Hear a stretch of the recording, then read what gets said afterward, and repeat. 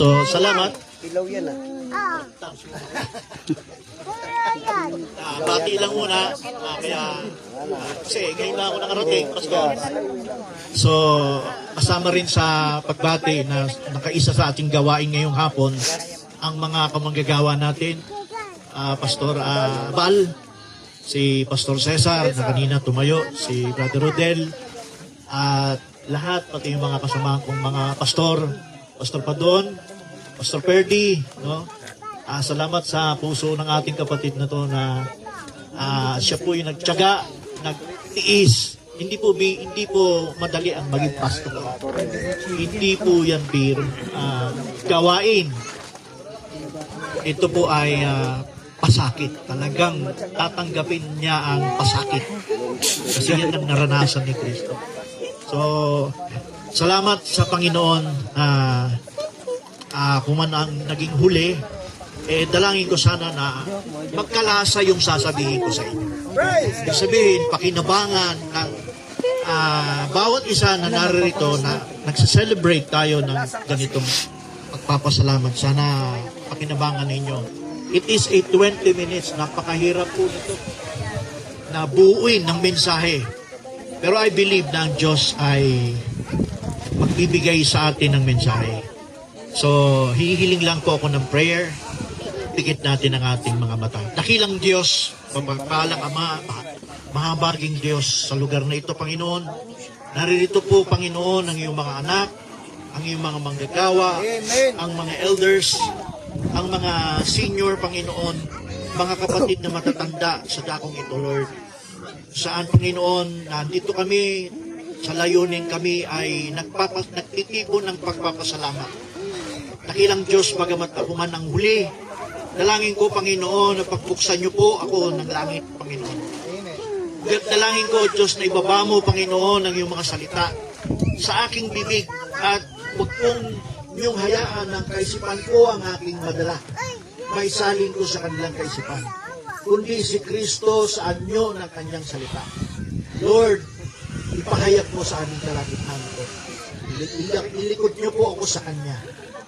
Kayo po ang makita. Si Kristo ang makita. Sa harapan ito. Hinihiling ko, Panginoon, sa pangalan ng Anak ni Jesus. Amen. Praise the Lord. So, ang title, ang tema, yung kanina pa yan binabanggit, Philippians,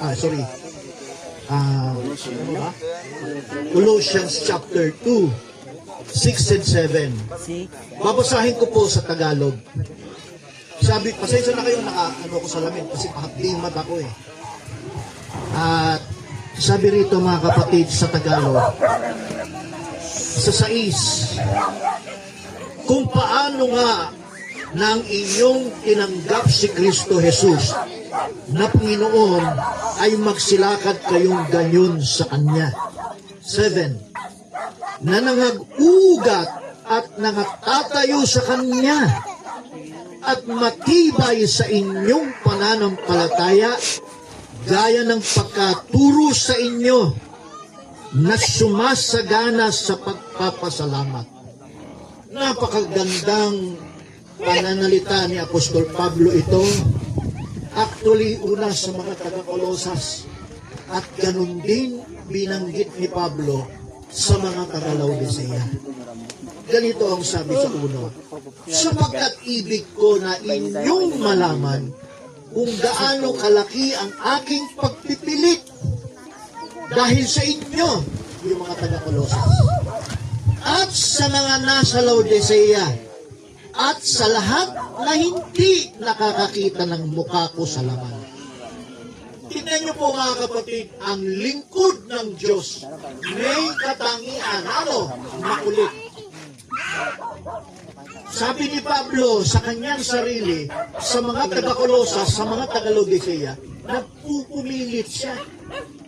Sabi niya, na inyo malaman kung gaano kalaki ang aking pagpipilit. Pinipilit talaga ni Pablo sa mga believers ng panahong iyon kung ano yung binigay ng Diyos sa kanya. Siyempre, yun yung mensahe. Yun yung aral. At kaya dito sa verse 6 and 7, binabanggit na po ni Pablo yung klase ng pagtanggap kay Kristo. Sabi ni Apostol Pablo, ay mayroon pong kaakibat na paglakad yung pagtanggap. Sabi sa verse 6, sabi niya, kung paano inyong tinanggap si Kristo Jesus na Panginoon, ay magsilakad kayong gayon sa Kanya. Napakarami pong nagkiling na tinanggap ko si Jesus. Tama ba? Madali ang pagtanggap ni Jesus. Sabihin lang ng preacher, magsisila, tanggapin mo si Jesus. At yun naman kausap, opo, tinatanggap ko si Jesus. May kaakibat pa yun ng bautismo. Well, hindi ko kinu-question yung bagay na yun. Pero ang gusto kong ipabatid dito, mga kapatid, sa sinasabi ni Pablo, hindi po madali ang pagtanggap kay Kristo. Kasi ang tunay na pagtanggap kay Kristo ay may pagsunod sa Kanya. Hindi yung tumanggap ka tapos pagdating sa mga utos ni Kristo, ayaw mo, ayaw natin. Hindi yun ang tunay na pagtanggap. Sabi dito, yung pagtanggap, pinagdalang ka ni Pablo, na kailangan umugat. Kayong pagtanggap mo, kailangan umugat. Umigas. Nang masigit, parang nakakapit ka sa matibay na bato. Upang dumating anuman unos. At kung ikaw ang klase ng puno, nihaharing tulad, pagdating ang unos, pagdating ang anong bagyo yan, hindi ka kayang mabunot yan. Sabi sa verse 7, na nag-uugat at nangatayo sa Kanya na matibay sa inyong pananampalataya, gaya ng pagkaturo sa inyo na sumasaglana sa pagpapasalamat. Rooted and grounded and built in and established. Yun po yung tunay na may pagtanggap. Tinitibayan niya yung kanyang pananampalataya kay Kristo. Amen? Ito. Sabi nga nito ni Pablo sa 3, na siyang kinatataguan ng lahat ng mga kayamanan ng karunungan at kaalaman. Sino yan? Si Kristo. Amen. Kapag tunay kang tumanggap kay Kristo, kung nandun ka kay Kristo, makukuha mo kung ano yung nakatago kay Kristo. Mga bagay ito na hindi binigay sa kanino man. Kahit nga yung mga banal sa lumang tipan, hindi nila nakita yan. At hindi lahat ng tumanggap kay Kristo, hindi lahat na nagpo-confess kay Kristo, nakakakita doon sa mga bagay na nakatago kay Kristo. Let's go to Matthew chapter 13. Nilakasan ko lang boses ko, mga kapatid. Pero hindi naman ako galit. 13:11. Ang sabi rito ni Kristo, at sumagot siya at sinabi sa kanila, kausap ni Kristo mga alagad, sa inyo'y pinagkaloob ang makaalam ng mga hiwaga. See? Sabi ni Kristo, ang makaalam ng mga hiwaga ng kaharian ng langit, datapwat hindi ipinagkaloob sa kanila. Hindi pala lahat ng tao kayang marating yung bagay na mga patungkol sa hiwaga na nakatago kay Kristo. Tama? 17 verse. Sapagkat katotohanan sinasabi ko sa inyo na hinangad na makita ng maraming propeta ang mga taong matuwid ang inyong nakita. Ito, ang inyong nakita. Sino yung kausap ni Kristo? Disipulo. So, among the rest na nandun libo-libo, di ba na naiintindihan nyo na nakakaintindi lang yung mga disipulo? Can you say amen? Shall we say praise the Lord? Praise the Lord! In other words, balik tayo sa Colossus 2:6. Hindi lahat ng nagsisitanggap kay Kristo nakakaabot at nakakaunawa sa lihim na mayroon kay Kristo. Mga kayamanang bagay na nakatago kay Kristo. Hindi nila alam. At ang pagtanggap kay Kristo, hindi miyembro ng church. Hindi ito miyembro ng organisasyon. Pag tumanggap tayo kay Kristo na tunay na pagtanggap, mga kapatid, ito ay misyon. Pag sinabing ikaw ay tumanggap, and you are rooted in Christ, you have a mission. Magsisimula na ang mission. Kaya mga kapatid, praise the Lord, sa nakakarinig, lahat tayo na nandito. Kung tumanggap tayo kay Kristo, dapat natin maunawaan, may mission ka, may mission tayong lahat. Pag hindi natin alam yung mission na yan, mga kapatid, walang kwenta ang pagtanggap natin kay Jesus. Huwag tayong umasa pagdating ng rapture, diretso ka langit. Hindi mo alam kung anong mission. May mission.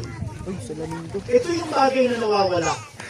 Sa matagal na panahon, na iniwan ni Kristo sa kanyang alagad bago siya umakyat sa langit. Matthew chapter 28. Ito yung nawawala. Among all the rest of the church, Pastor. 10 minutes.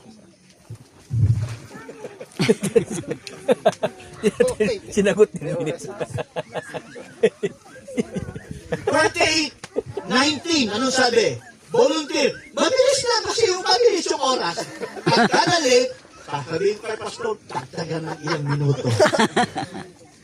Sino? Dapat mabilis! Dahil dito, magsiyaon nga kayo at gawin ninyong mga alagad ng lahat ng mga bansa na sila inyong bautismuhan sa pangalan ng Ama at ng Anak at ng Espiritu Santo. Tuloy! At?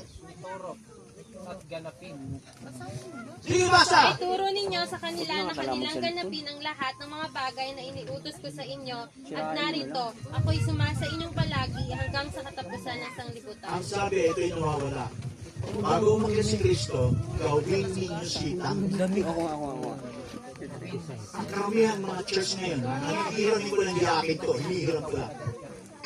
Karamihan mga pastor ngayon, hindi ginagawang alagad yung membro. Ginagawang alaga. Ginagawa nilang alaga yung membro nila na pinatataba na... Sorry. Alam niyo na kung ibig sabihin nun. Nay! Amen? Nay! So ang wala, to make him disciples, yan ang original. Iniwan ni Kristo sa mga alagad. Ito yung sunod na sinabi niya.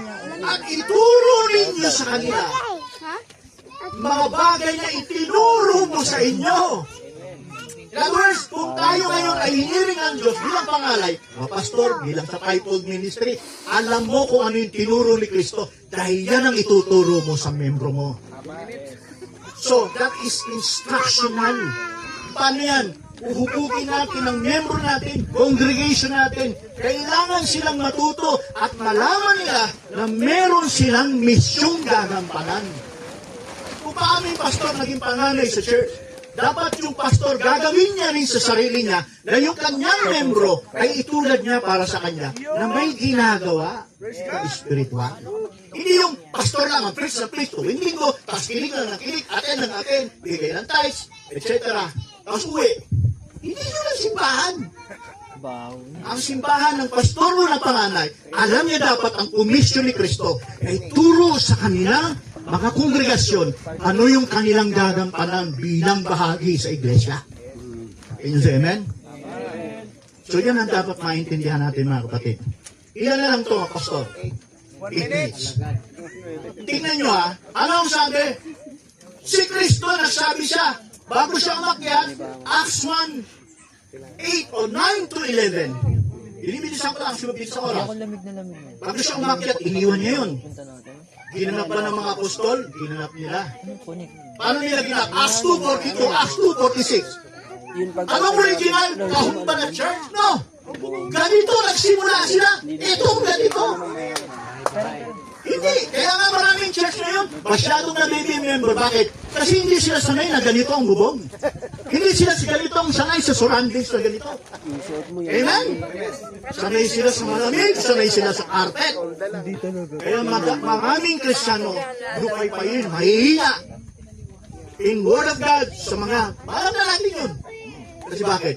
Kasi yung tumatayo sa kanila, hindi alam ang instruction ni Kristo.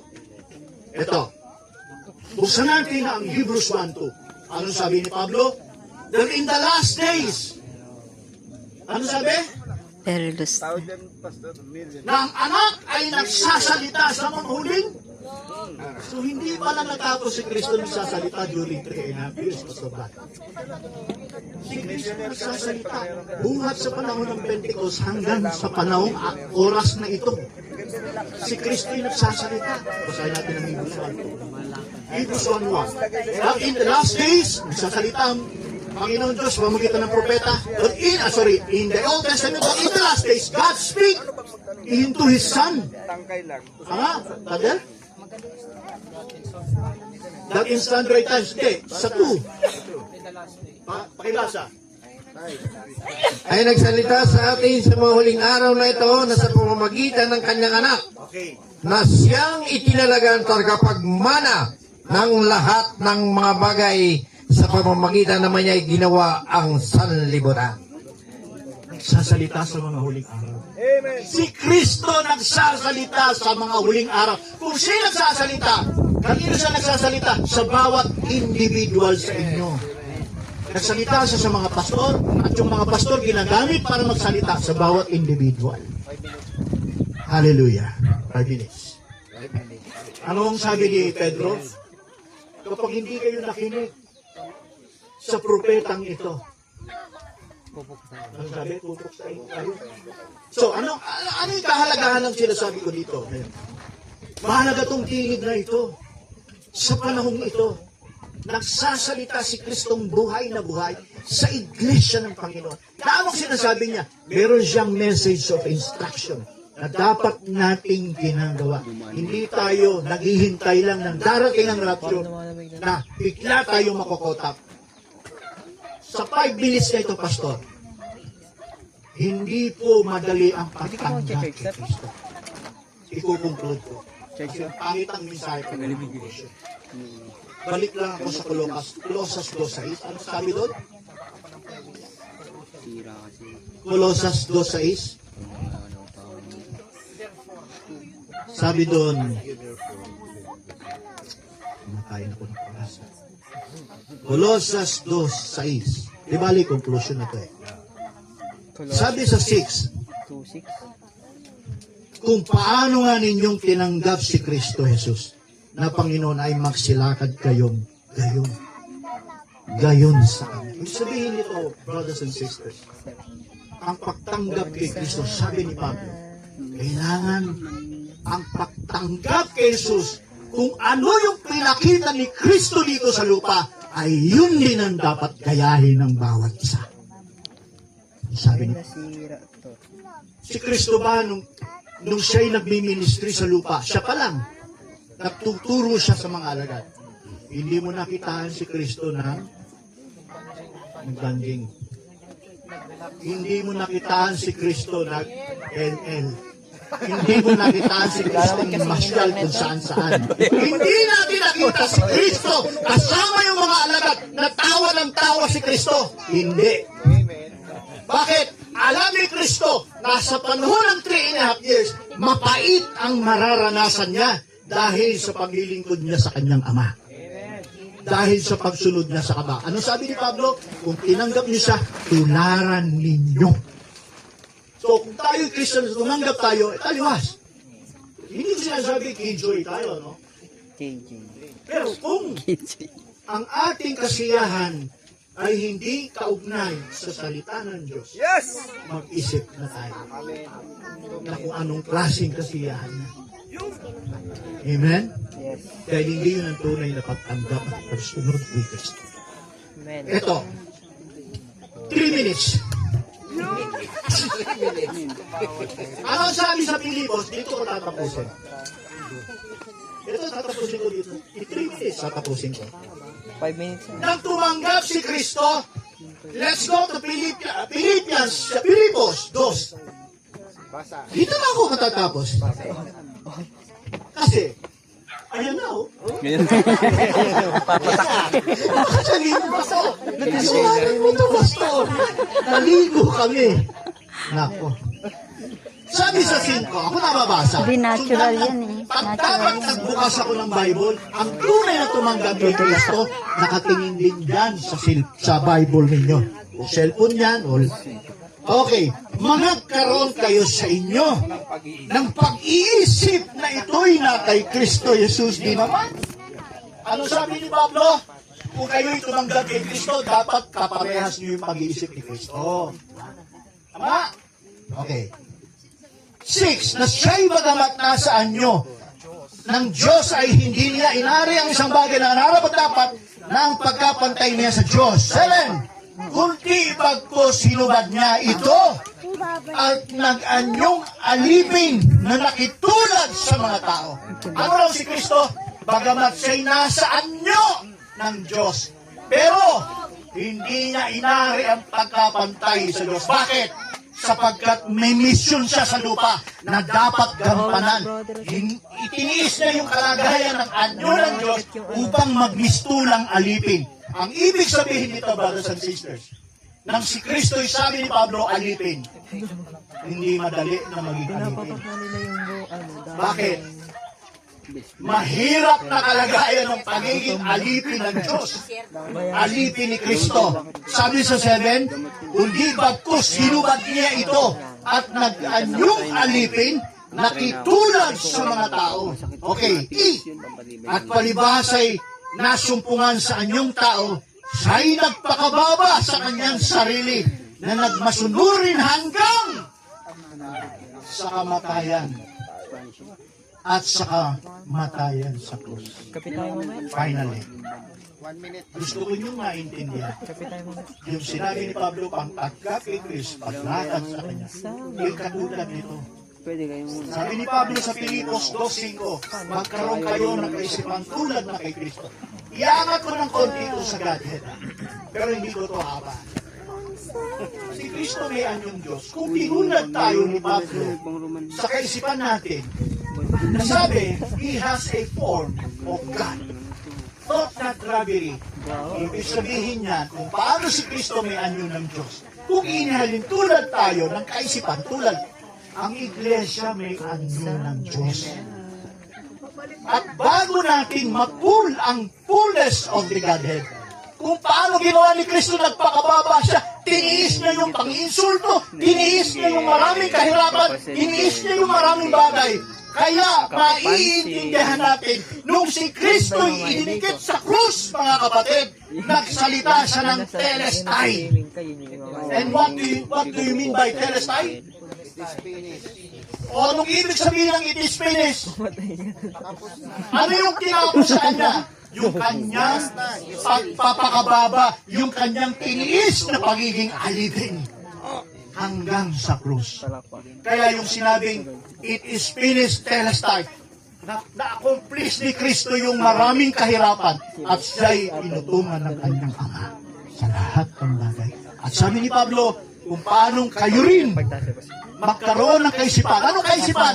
Kailangan kung tayo'y tumanggap kay Kristo at bahagi tayo ng Diyos, kailangan pagdaanan natin yung mahirap.